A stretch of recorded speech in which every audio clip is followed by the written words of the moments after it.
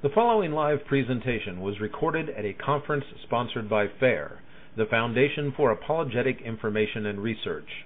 The views expressed by the presenter should not be construed as official doctrine of The Church of Jesus Christ of Latter-day Saints, nor do they necessarily represent the official opinions of FAIR. For further information, please visit the FAIR website at www.fairlds.org. We hope you enjoy this presentation. We're pleased to have William Duncan here as a speaker. William C. Duncan is the director of the Marriage Law Foundation, a legal organization whose mission is providing legal resources in defense of marriage as the union of a husband and wife. Previously served as acting director of the Marriage Law Project at the Catholic University of America's Columbus School of Law and a visiting professor at Brigham Young University, J. Reuben Clark Law School. He teaches family law to undergraduates at BYU and is an adjunct professor. With that, we'll turn the time over to William Duncan.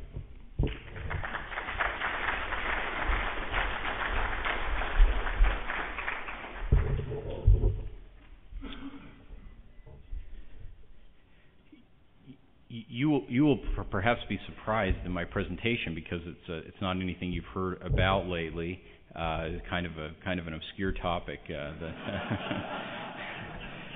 I prepared a presentation some weeks ago, trying to be diligent, and then of course everything turned upside down just this week. And so I'll try and incorporate as I go along some thoughts about this week's court decision, which of course implicates a lot of what I'll talk about during my presentation. You probably recognize this. Maybe you're all so young you won't. But 30 years ago, this topic of same-sex marriage, which has been so prominent in the news lately, didn't really exist. Certainly not as a mainstream legal topic, or any other kind of topic for that matter. And so we've seen a dramatic sea change over the past couple of years. But I think especially lately with the Proposition 8 campaign in California, we have also seen that as a subset of that discussion, an increasing amount of scrutiny and interest in the question of what role religious organizations and religious believers have in the debate over marriage, over the definition of marriage, with, of course, accompanying criticism. And although it's disproportionate probably to our numbers, certainly as if you were to look at the number of voters in California who are Latter-day Saints, the interest and really criticism of the church and its support of Proposition 8 is disproportionate to our numbers and possibly to some degree influence, as Dr. Lawrence described this morning. But it's there, and I think it's worth addressing. So over the next short time, and 10 minutes into this, you may say hasten that the end, but over the next few minutes, I'd like to talk just for a few minutes about this question, the legal definition of marriage, and how religion plays into that. I will, of course, focus on the involvement of Latter-day Saints in the debate and the church's involvement, although the church, of course, is not alone. Many other churches are involved. And I began my career working at the Catholic University of America with the U.S. Conference of Catholic Bishops and others who are also very engaged on this issue. But it's an interesting one, and we've seen over the past couple of years since really 2008 a development of a lot of interest and scrutiny of the church. Everything it says about this topic becomes big news, probably bigger than is reasonable, but we have to report on something. And I noticed that recently that there seems to be even at least one, there may be probably others, kind of a legal stalker who's developed, a person who follows the church around for, actually I'll go back to that, who follows the church around and even where the church is not actively involved in a campaign like in Maine, files complaints alleging that they are. And so this is all very interesting and I think timely. Okay. Well, I want in my presentation to respond to three basic criticisms of the church and of religious groups generally as they get involved in the public debate over same-sex marriage. I'll respond to those criticisms, but then I'll also make some comments about what I think the criticisms tell us, maybe give us some suggestions about how we ought to be focusing our thoughts and resources on the topic. The first criticism, churches should not be involved in public issues. This does not, of course, confine to the same-sex marriage debate. There are people who believe that churches, religious people of faith, should have no say in any public issue, and in fact would be thrilled to see everyone that is religious go back and to their homes and practice religion quietly. But that's not going to happen, first of all, and it shouldn't either. The first response I want to make to this is I feel that criticism is highly selective. If there are organizations that support certain what they would describe as progressive or social justice issues and are also religious, they typically don't get the same kind of scrutiny and attacks. This attack is really an attack on the substance of the legal and policy questions about marriage, as opposed to the churches per se. And so, as an example, I just noted this statement from Joe Solomonese, who's the president of an organization called the Human Rights Campaign, with a major lobbying firm in Washington D.C. that gets involved in gay rights issues generally. Who said on a television show, "We're going to go after your church." This was in response to an audience member who was LDS. He said, "Why are you attacking our church so dramatically?" And he said, "We're going to go after your church every day for the next 2 years, unless and until Proposition 8 is overturned." Okay, so that sounds like a very aggressive, sort of churches shouldn't be involved. But the same organization also has a unit called the Religion and Faith Program, which has as its mission specifically getting religious groups of an approved variety from their perspective to weigh in on legislation in the most direct lobbying kind of way. So some of the criticism is selective, and I think we ought to be aware of that and realize that some of it's not offered purely in good faith. The problem with the objection, though, goes beyond just whether or not it's a principled objection. The problem is that there's nothing in our history and traditions in the United States that would justify the idea that people should be excluded from a public debate because of their religious beliefs.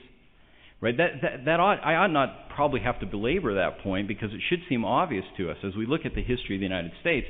We have a powerful, strong history of involvement of clergy in public debate, starting with the Constitution.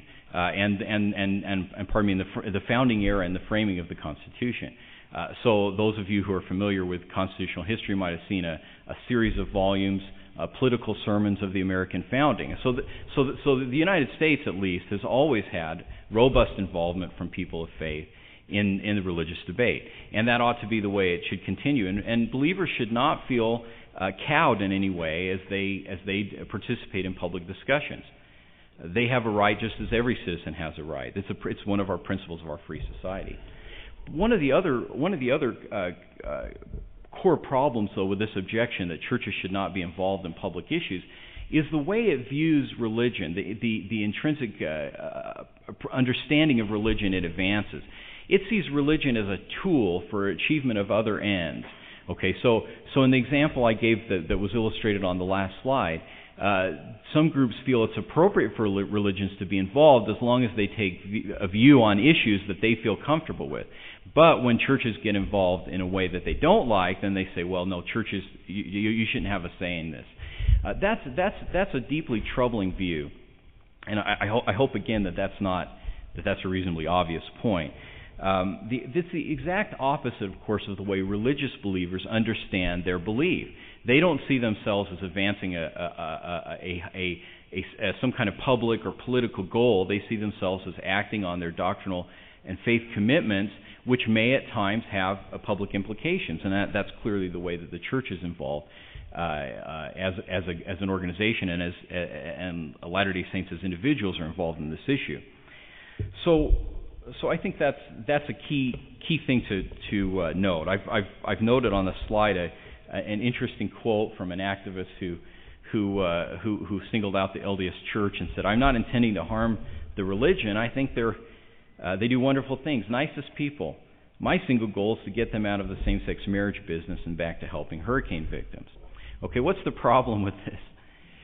Well, besides its monumental presumption and patronizing tone, I think the key problem here is that this person believes that religion is a tool to achieve other kinds of social ends, where it's just not. The reason that the LDS Church does such great work on hurricane assistance and other kinds of disaster relief is because its doctrinal understanding, its core understanding of the dignity of human beings, the obligation we have to care for our neighbors, and at the same time, our doctrinal beliefs about marriage and family and these other things require that we be involved in a significant way in defending what we believe is right about marriage and family.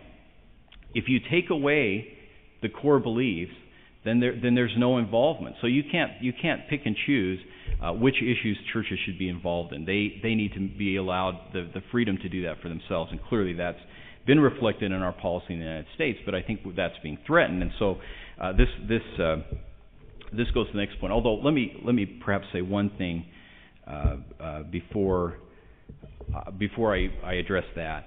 I do think, though, that it's not the case that people have to listen to religious voices on these issues. Okay, I mean, all kinds of churches speak about all kinds of issues in all kinds of ways, and they ought to. And I think we as citizens don't have to give them more weight than other voices in the public square. And I don't think that we should have an expectation that when we participate in public discussions that people should treat our beliefs as sacrosanct and not criticize or argue with us.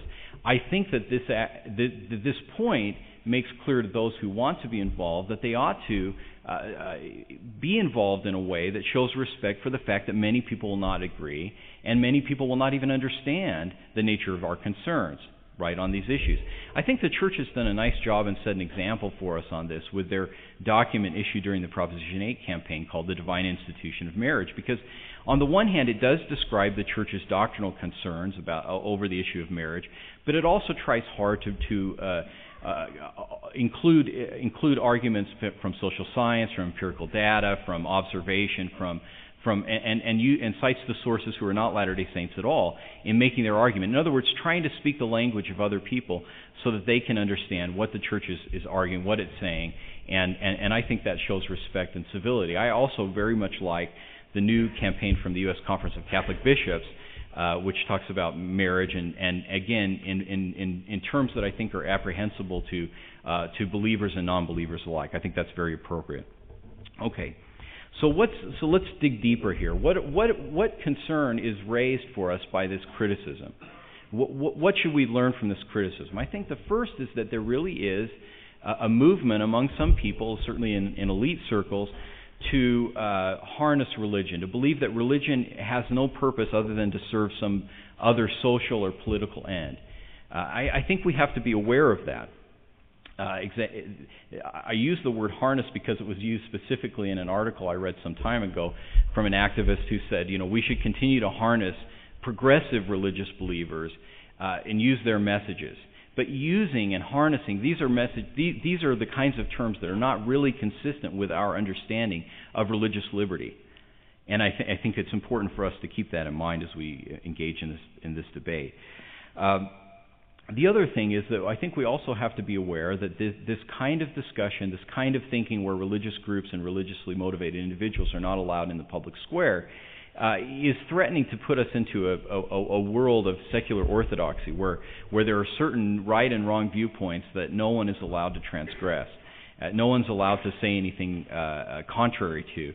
And that would in effect, or even formally, and as I'll talk about later, exclude religious discussion from the public square, which would be a disaster and a great tragedy. Second criticism: the church is trying to take away people's civil rights. The church is trying to deny civil rights to people. Okay, well, this of course is where we can begin to talk a little bit about the Proposition 8 case that was decided this week. I think the first thing that's important to understand is that this is an entirely contested position. The position that individuals have a right to their own definition of marriage and that right needs to be enshrined in the law is highly contested. There are many people who don't believe that. And the mere assertion of a strong opinion does not create a constitutional right. So the premise of the question already starts to beg some other questions, which is, where did that right come from? What's the source of that right? What's the nature of that right? Can the church be denying a right if the right doesn't really exist in the Constitution? The highest courts of Washington, Maryland, New York, these are not exactly thought of as sort of bastions of right-wing thinking, these courts have all held that defining marriage as the union of a man and a woman is entirely consistent with their state constitutions. The voters of at least 30 states have amended their state constitutions to define marriage as the union of a man and a woman. They clearly do not see that this is a question of taking away people's rights. They see the question very differently. Far from being an instrument of discrimination, the understanding of marriage that we've inherited from millennia of human experience actually fulfills a much different role. It's not meant to discriminate or put some groups down in favor of others, but it's among human institutions. It's a near universal across religious organizations, across time, across cultures. We see that all or nearly all human societies have had some kind of institution that looks a lot like marriage, that brings together men and women who may create children into an institution where any children born to them is more likely to have a relationship with the people who made them, and that also at the same time encourages people who may create children to take responsibility for children that their union, and really their union alone, may create, because other kinds of sexual relationships don't have that same effect. And so marriage, for those who believe that marriage should continue to be defined as the union of a man and a woman, the union of husband and wife, is not understood in any way as having to do with the rights of individuals, but more to do with the birthright of children to live in a society that values their birthright of a mother and father, and believes that is something worth protecting and defending, even if, of course, it may create a feeling of perhaps of rejection among some, which is to be regretted and that we ought to work to ameliorate. But it's going to be there, and that's unfortunately part of this discussion.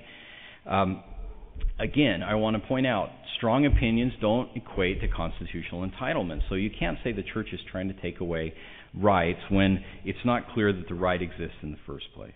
Okay, I think I've talked a little bit about this. Okay, deeper concerns here.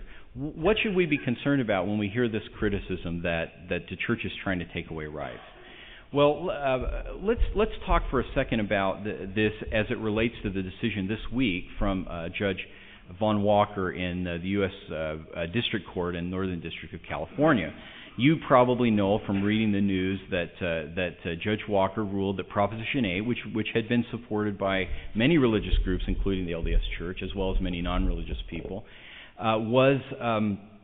he ruled that Proposition 8 is inconsistent with the federal Constitution, so he unconstitutional. He struck it down and said that it could no longer be enforced. In the course of coming to that conclusion, he makes some legal arguments related to due process and equal protection of the laws, which I suspect eyes will glaze over if I go further. But they're all based on a root presumption that the only reason that one would support the ideal of marriage as the union of a man and a woman is if one desired to send a message that heterosexual people are superior to people who identify as gay and lesbians. Now, I think the law of Occam's razor would tell us that's probably not at the top of most people's list when they were standing to pull the lever in favor of Proposition 8. They weren't thinking, "Gosh, this'll be a way of kicking around some of my neighbors." Particularly, that seems unlikely in a state like California, where same-sex couples are given all of the benefits of marriage by using a different name, civil unions, but with no significant substantive difference. It seems unlikely that the voters of California were acting merely out of spite. I hope that will seem obvious even to people who disagree. Now, but Judge Walker doesn't see it that way. He sees spite as being at the root of this, and I as I've written in a number of places over the past couple of days, what you want to imagine to yourself is how this relates to the question of, well, if marriage has always existed in all or nearly all human societies, and it's always involved a man and a woman, and has been geared towards relating them to their children, is it really possible that all of Western civilization has sort of banded together and said, gosh, let's think of a way to discriminate and show hatred towards some members of our society. How can we best do that?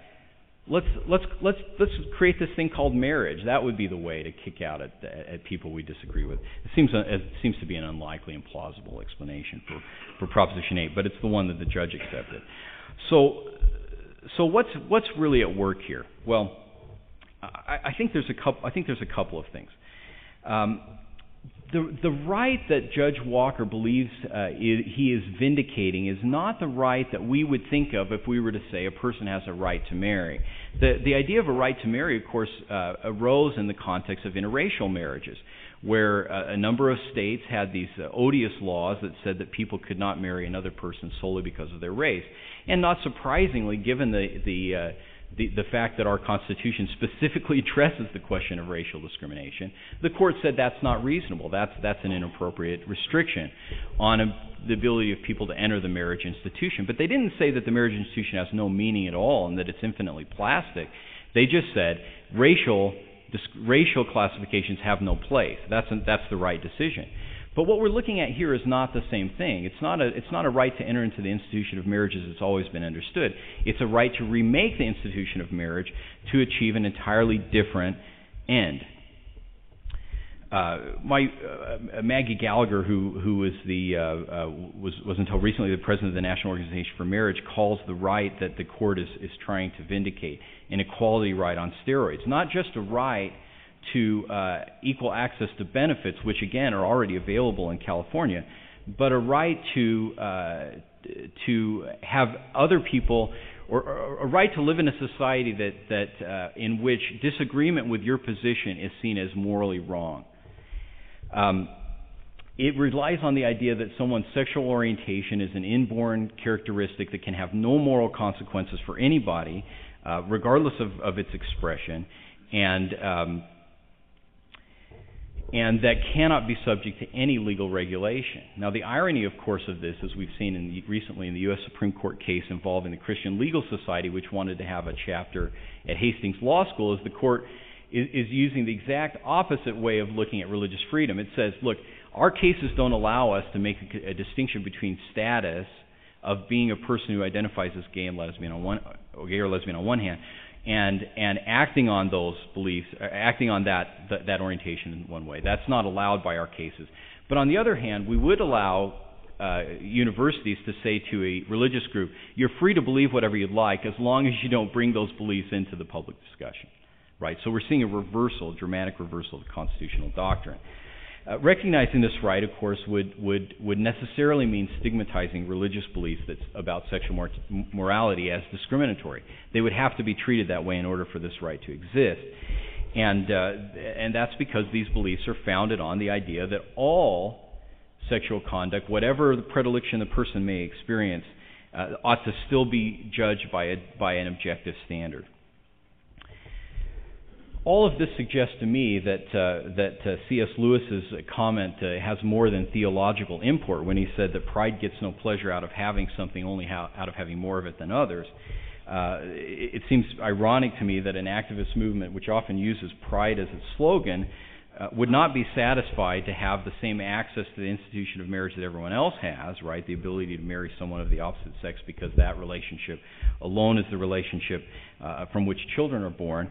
But that they want to require the government to endorse a message that those who see things differently than they do are outside the change of civilized discourse. And so this raises our third concern, which is directly addressed in the case from this week. The argument that religious beliefs about marriage are hateful or hurtful. Now, this, I think, is perhaps the most powerful argument, because the intention of making the argument is to dissuade religious believers from being involved in the public square, because no one wants to be hateful and act in a way that hurts other people, certainly without any reason. Just to give you an example, this week from the findings of fact from Judge Walker's opinion, finding of fact number 77. And this is not an assertion of opinion. I mean, it is in reality, but he claims it's a finding of fact. religious beliefs that gay and lesbian relationships are sinful or inferior to heterosexual relationships harm gays and lesbians. So Judge Walker sees direct harm even in the mere assertion of traditional moral understandings of sexuality. Okay, so this of course is the subtext of this whole Proposition 8 case, that the only reason voters approved Proposition 8 was because of irrational bigotry. It's also, I think, the most unfair criticism, the one that borders really on libel. The Christian teaching that the only appropriate outlet for sexual intimacy is between a married husband and wife, and it's not a belief, of course, that's isolated to the LDS Church, but shared widely across many religious traditions. But it's not. I hope it's clear to everyone that is not motivated by a desire to harm others. It's motivated by true and sincerely held doctrinal beliefs about the being and dignity of human people. It's based on an idea that people can take consequences, or can accept consequences for their actions, and that those who are most vulnerable to the realities of human gender difference, particularly children, but also women to a great degree, ought to be protected. Their rightful claims ought to be treated as deserving of respect. Let me just give you an example of where I think the statements from the church belie this accusation. Sorry, I'm a little ahead of myself. I just picked kind of somewhat at random this statement from the church issued in the context of the public debate over state marriage amendments and defining state marriage amendments in 2004. We of the Church of Jesus Christ of Latter-day Saints reach out with understanding and respect for individuals who are attracted to those of the same gender. I have no reason to believe, I have no reason to believe that this is disingenuous, and many reasons to believe that's entirely sincere. I've been working for some time with others on a book called Understanding Same-Sex Attraction, which I will say is for sale in the bookstore, and also has a nice endorsement from the Commissioner of LDS Family Services that's included with the book. That I think tries very hard to dispel this notion that religious morality is hateful, that it's meant to hurt other people. Instead, we understand exactly the opposite, that the fruition of human dignity requires an understanding of and a willingness to live in accordance with principles of human happiness, principles that are revealed both in doctrinal teaching, but also just in nature. And I think that it's worth our challenging this at every point. It's just not true. And I think the other thing is that we ought to think to ourselves, why would this accusation be made? Is there something about the way that we interact with others as we debate this question of marriage or any other kind of moral question that would lead people to believe that we're doing so out of hatred? And if we think that maybe there's justification for their feelings, we ought to change immediately and bring our behavior into line with standards of civility that I believe are also our covenant obligation of all of us, but at the very least are the polite way to conduct ourselves in public. Okay. Besides being untrue and unjust, this concern is biting.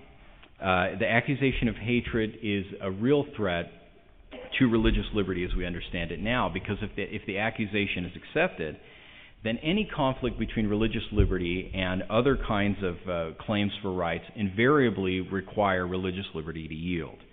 If you doubt that, I'll use an example I use with some of my college students, and just ask them to think about the way our society views racial discrimination, racial hatred. What do we do as a society about people who hold to the evil belief that some races are inferior to others? We exclude them from public debate. I mean, if a presidential candidate were to express an opinion that one race was inherently superior to the other, that person would no longer be a viable presidential candidate. I think that's a good thing. That's the way that happens. We even had a private university, Bob Jones University, that was denied its tax exemption because it forbade interracial dating on campus. So our society and our laws do not look kindly on racial discrimination.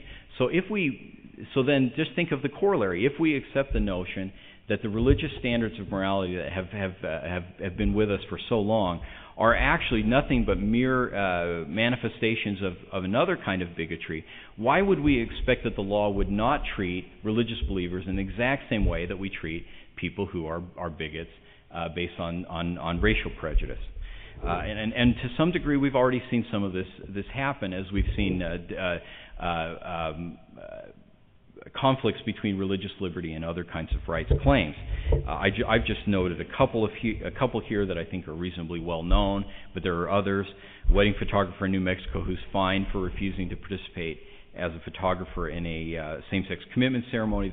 The photographer is an evangelical Christian and felt that would not be appropriate for her. Parents in Massachusetts of different religions who objected to curriculum that promoted same-sex marriage as an ideal, and they were told that they didn't have any option of objecting, and because the First Circuit Court, U.S. Court of Appeals for the First Circuit, held that the state had a compelling interest in ensuring that all children are taught that same-sex marriage is now the law of the state and now ought to be accepted by everyone. Methodist Camp Association in New Jersey, which owns property, lost its tax exemption on that property when they refused to allow it to be used to host a commitment ceremony for same-sex couples. They weren't allowed to use the building for that purpose based on church law, but the law of the state not only denied them the tax exemption, but is also currently pursuing a discrimination complaint against them in federal court. There are many similar kinds of examples of what we can expect if we don't rethink the way our society is now viewing this question. Okay. The sad thing about all of this, of course, is that the conflict could easily be avoided if both sides were to embrace a ethic of genuine tolerance and diversity, recognizing that we're going to see things in different ways, and as long as people work within the normal system for making laws, then we're going to have to live with each other, and we're going to have to convince each other of our point of view.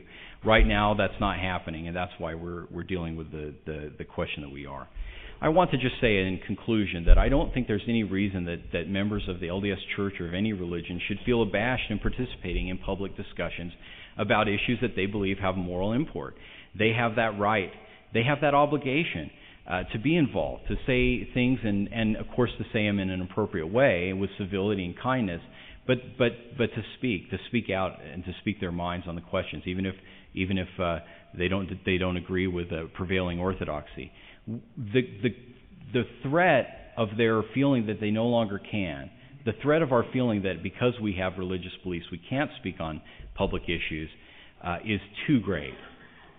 And it amply justifies the Church's concern about this issue and their involvement in this question and their desire to vindicate the long-standing principles of religious liberty. Thank you.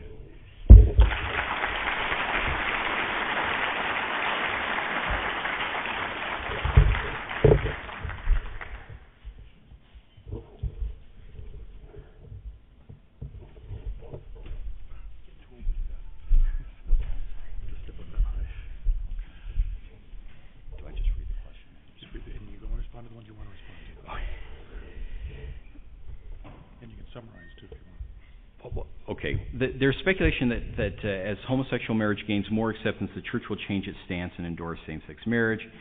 The speculators cite the changes in Church teachings in respect to polygamy and blacks in the priesthood. Any thoughts? Well, I have thoughts. I'm not sure they're worth much. I mean, every time I send letters to give my opinion to church leaders, they get returned. So I'm teasing. I've never sent those letters. I think there are some significant differences, obviously, in these issues. I mean, in the case of the priesthood, it's always been clear. It seems clear to me from long standing that this was understood as not being a permanent feature of church teaching. And I think the key thing to understand is that marriage and family are pretty deeply rooted in our doctrine, and the idea that we would do away with that sort of core teaching, which goes to our very understanding of eternity, seems unlikely to me.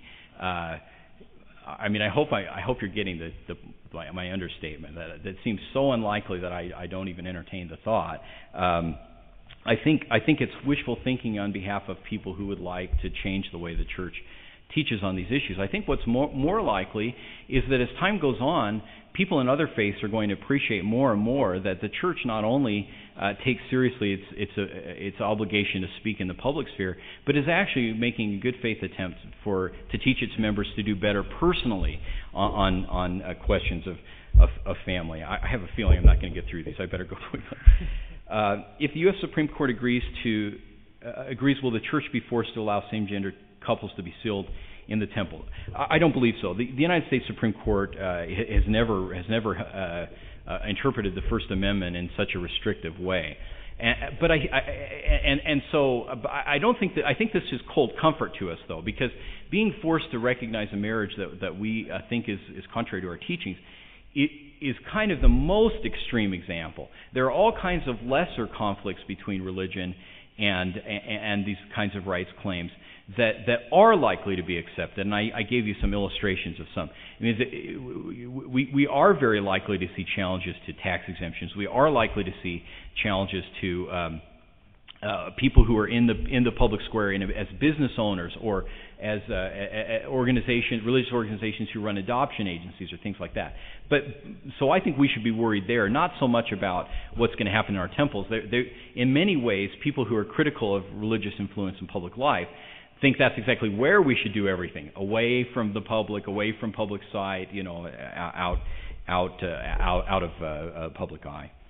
If the legal definition of marriage is going to okay same-sex marriage, then why not just make this distinct from union between a man and woman marriage and move on? Anyway, our ultimate goal is celestial marriage. Well, that's true for those of us who are Latter-day Saints, but not true for everybody. And if marriage serves a purpose in our society, as I believe it does, then it's still going to be valuable to have some way of recognizing and continuing to channel all couples, regardless of their religious affiliation, into a union that has long effectively served to protect the interests of children and having a relationship with their mother and father. So I think we can't completely say we're going to cut and run from the public debate because we're starting to lose. I also can say that we really have in California and many other states a very efficient legal system in the sense that all benefits of marriage are given to same-sex couples. But even in those states, the claim is still made that there's discrimination because the question is not about benefits. The question is about is affirmation. It's affirmation of one's choices, and affirmation of one's choices in this case seems to go hand in hand with the sense that those who disagree, those who have opinions that you believe are hateful, have to be excluded from public debate. So I'm not sure that any kind of middle ground solution is going to be viable over the long term. Many states allow a same-sex unmarried couple to adopt a child and raise that child. Is this an immoral practice, and if so, should members mobilize to change the laws that allow this? If this is not immoral, how is this significantly different from a married same-sex couple who adopt, or if women have a child through one? I assume the person means one member of the couple has a child and the other one raises that child jointly. I don't know of any teaching of the church on adoption, although I know that Elder Oaks, in the interview that was on the church website, did express some misgivings about the idea of having unmarried couples raising children. The state of Utah, in its law, says that cohabiting couples cannot adopt, at least from the state. I don't know about the morality of that, but I know it's good public policy to support the ideal that children need a mother and father. I mean, the judges may not recognize this, but the children do and parents do, that there is a difference in the way that men and women interact with children, that mothers and fathers interact with children. And the experience of a child is going to be different if they have no link to half of humanity.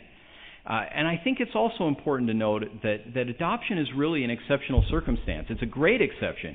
It's an exception that's developed out of the realization that there are going to be situations in which a child cannot be raised by his or her own mother and father, and we have to adjust to that reality. So what do? We created adoption as a way to allow couples to raise that child and give them as close as a possible approximation of what the ideal should have been in that child's life, in terms of the people who created that child being responsible for taking care of the child. When that doesn't happen, heroic couples step in and take their place.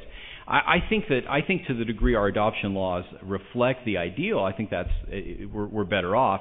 But understanding that may not happen in every case. I don't know that.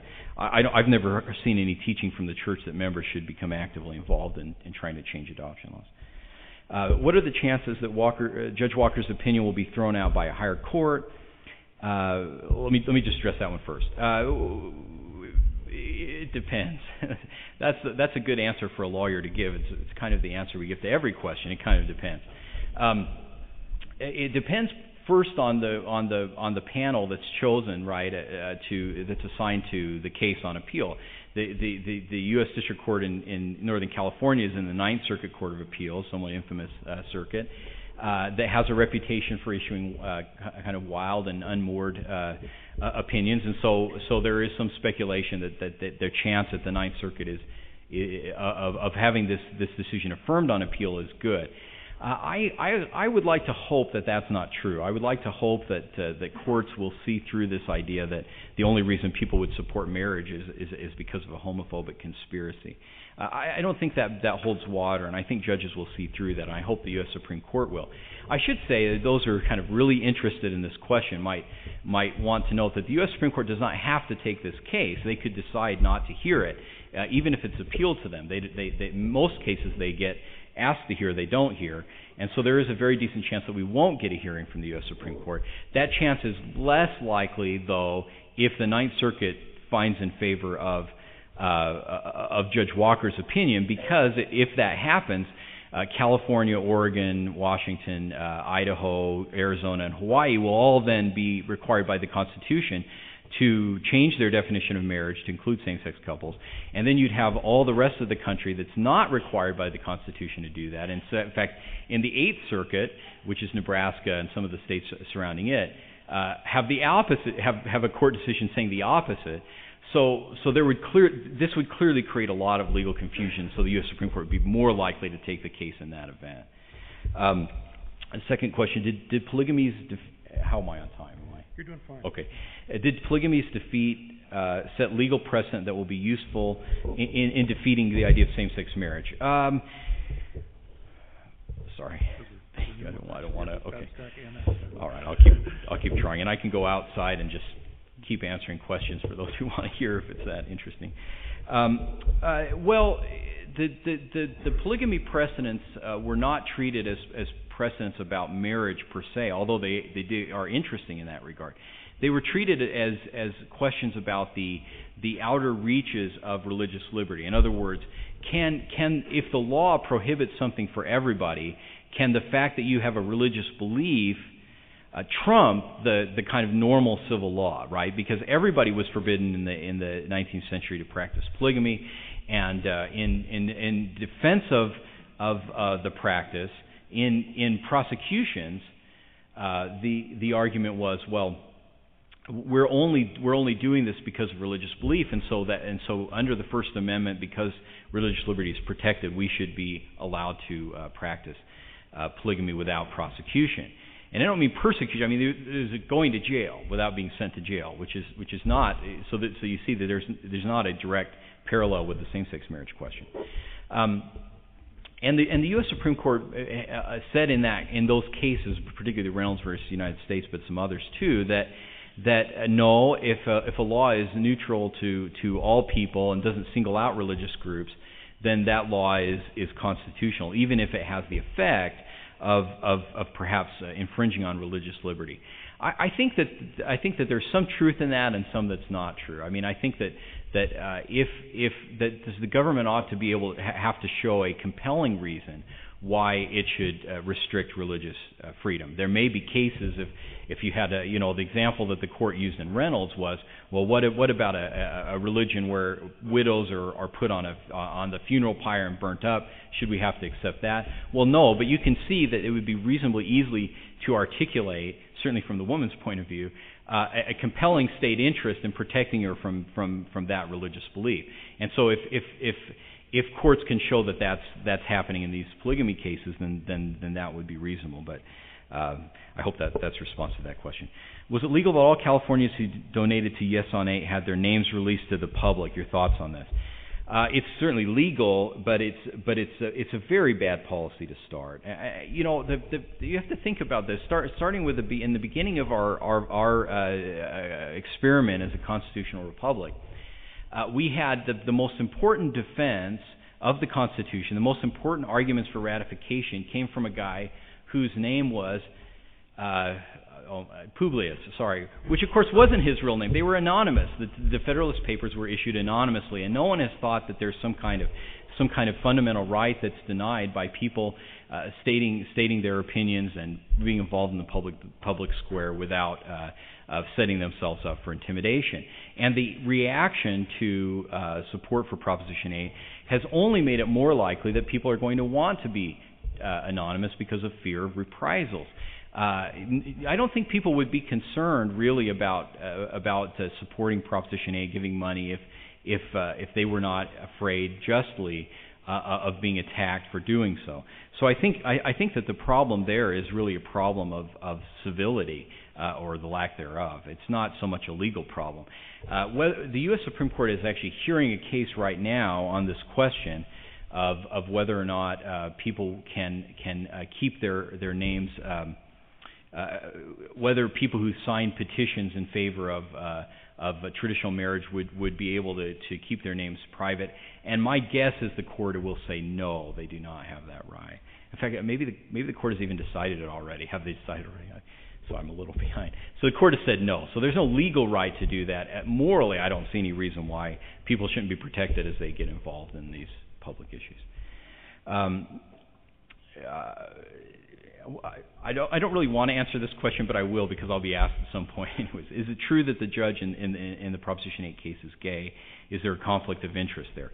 I don't believe so. I don't know what he's. I've never asked him, never met him personally, and I think none of my business, and probably no one else's either. But conflict of interest, it's not a conflict. If this was brought up during the Equal Rights Amendment debates in the 70s and 80s. Can an LDS judge rule on the specific question was can an LDS judge, who's also a regional representative of the church, can they rule on the question of whether or not Idaho can rescind its ratification of the Equal Rights Amendment? And the court correctly said that yes, he can rule on that. That we hold judges to a high standard. I think that being a judge, going through the process of nomination and confirmation creates a rebuttable presumption that judge is acting in good faith. Now, if the judge does something that demonstrates that they're not acting in good faith, or has some kind of monetary interest in a case, they ought to, as a matter of ethics, recuse themselves, step out of the case. But if the judge believes in good faith that they can issue a fair and impartial opinion, I think they should be allowed to, regardless of lifestyle, regardless of religious belief, regardless of anything. I believe that the judge has demonstrated that perhaps he's not entirely, in this case, has demonstrated perhaps he's not entirely unbiased, but I don't think that has anything to do with who he is. I think that's just the pull of ideology that we see manifest in the case. Someone just asked the same question, so I guess I'm glad I answered it. Is there any chance marriage amendments will stand, or is it only a matter of time before all will be swept away with no way to ever change it? I suspect this issue will be with us until the earth rolls up as a scroll. I think that we're never going to stop fighting over marriage and family issues. So will it ever be decided in some way that's irreversible? I doubt it. I do think that if this kind of trend continues, there will be more talk. They'll revive the talk about a federal marriage amendment, which for a much longer period of time would settle the question as a matter of federal law. So, in other words, saying that in the U.S. Constitution, that marriage is only going to be understood as the union of a man and a woman, which would again settle that question for some time. I think that's possible. If the U.S. Supreme Court were to rule that Judge Walker is right, though, then same-sex marriage would be mandated in the whole country. And this would be the example someone's used as the Roe versus Wade of marriage. I'm not good at predictions. I one time predicted a presidential outcome in 2000. I won't tell you which side I predicted would win, but I was so far wrong that it chastised me, and I've never issued predictions willingly since then. If Judge Walker's ruling stands through the appeal process, won't the definition of marriage be then so broad that polygamy, polyandry, even two men marrying three women, etc., would be difficult to block with legislation? Well, that's a complicated question. I think the answer, as a principled matter, is yes. It would be. It's entirely it's almost impossible to distinguish one kind of marriage from another if we take as our beginning principle that marriage is about nothing more than what adults want. So if adults want it, it's marriage. And that seems to be the part of the premise of Judge Walker's opinion. So if we take that premise, then yes, we have group marriages or whatever other kind of thing. Now, will that actually happen in practice? Well, there still is kind of an ick factor, right, associated with the idea of polygamy, partially because of many of its well-known participants, right, in parts of the western U.S. And so I don't think that they're winning a lot of sympathy. I won't make comments on more than that. So I think for some time that people would still continue to say, well, we can see a difference between two people and larger groups, but over time I think that begins to break down. And I think one of the specific ways in which it breaks down is that if you endorse the idea of same-sex marriage, you're endorsing as well the idea that children don't need a mother and father, right? That those two people that we've always thought of in the past, that they're really interchangeable. And so at the same time, you're endorsing these kind of artificial reproductive kinds of technologies that allow couples who can't have children together because they are, not because they're not able to biologically, but because they're unable to because their relationship never could result in children. If we begin to endorse that, then we have these arrangements that some courts have begun to recognize as having legal status, where you have a child who's given a legal mother, has a biological mother who maybe is conceived through sperm donation or something like that, and then a father too, so 3 or perhaps 4 legal parents. And when you have a child with 3 or 4 legal parents, it becomes somewhat more difficult for the law to draw a line and say, well, you can all be the parents of one child jointly, but you can't have any relationship with each other. And so I think that's where we're more likely to see the law break down. If I exhausted my time. 2 more. Okay. Is it not the case that the intersection of religion and politics is not well defined? That's true. Where do the theological and philosophical aspects of an issue like homosexual marriage clearly end and its political aspects definitively begin? It's a great question, and there's not a good answer to that, because there's truth in the opening assertion that these lines are not clear. My feeling is, and I think that the U.S. Constitution would support me on this, is that we ought to err on the side of allowing the discussion to happen, allowing all views to come in. It's not going to be particularly persuasive to most of us to be told that if we don't vote a certain way that our eternal salvation is in jeopardy. Okay, but I don't think that we're hurt by having to hear someone tell us that. We can say, well, you're wrong. I just don't agree. I think I'm okay. And so I think although the line is not clear where religion ends and politics begins, not always clear, I think we ought to just allow as much as possible for religious people, religious believers, and non-religious people, people who don't believe in any kind of religion, to get involved in the public square and make their arguments in a way that they believe is going to be persuasive to others, and then act accordingly. And our Constitution provides an excellent system for working out the differences that are going to arise in that debate, and doing so in a way that's basically fair to everyone. It's only when we begin to short-circuit that through court rulings that disregard the voters' ability to make decisions on this, treat them as if they're not adults who can decide on their own, that we get into problems. How might a Supreme Court decision in favor of same-sex marriage affect the legality of polygamy? I think I've talked a little bit about that already. I gave money to support Proposition 8, and I can't remember them asking about my religion. Pardon me. How do critics get the number that 50, 60, 90% of these contributions come from Mormons? I've always wondered the same thing. I assume they just look for names like Christensen or something that are, I don't know, I'm teasing. I don't know the answer. I mean, I'm sure some of it is kind of an interpolation. Maybe someone would even know you know, and I assume there's probably some guessing too. If this donation came from Utah, it's probably LDS money or something. But really, does it matter? Does it matter at all? I mean, if I've said this a couple times in this Proposition 8 campaign lawsuit.